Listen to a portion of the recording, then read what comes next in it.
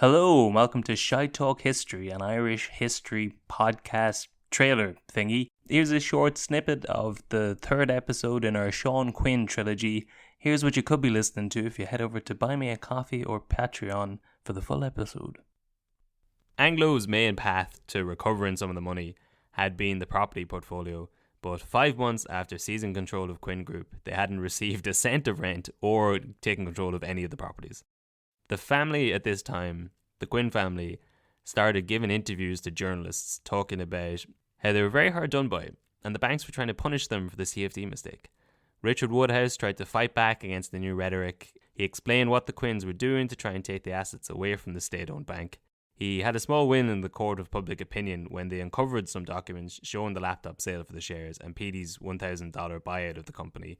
That's one of the few things I remember happening. I remember that at the time, it being in the news, because it's such a salacious headline, I guess. Yeah, I remember the laptop. I remember that. And then Primetime around then ran a 15-minute expose about the asset stripping. So Woodhouse and the bank start to feel that people's opinion of Quinn was finally starting to change. But on the 8th of August 2011, Paul O'Brien, who was the newly appointed chief executive of Quinn Group, was on holiday in Portugal when he got a call from back home to say that his car was on fire. When the fire brigade got the blaze under control and stopped it blowing up the house, he was informed that it was arson.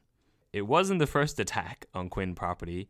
The telephone lines had been cut 14 times in the past 3 months, and the fibre optic cable too. Several vehicles had been burnt out since the receivers had taken over. Quinn was asked to go on TV and publicly denounce the attacks, but he refused. But then when O'Brien brought up his refusal, Quinn responded angrily, publicly denouncing the attacks then. It's always an interesting stance to not denounce acts of violence. Yeah. Or vandalism. Yeah.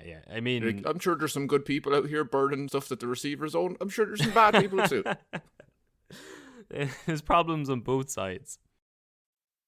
Well, that was it. So if you want to find out, how did the Quinn team manage to keep all those properties away from Anglo? How did Sean's nephew Petey manage to take over a multi-million-euro tower in Russia for a used laptop and $1,000? And what about all the attacks in Derry Lynn? All the arson and sabotage in Quinn County that eventually leads to the kidnapping and torture of one of his directors, Kevin Lunny. Surely at least one of those bits will interest you enough to go listen to the full episode, which you can do over at buymeacoffee/ShyTalkHistory.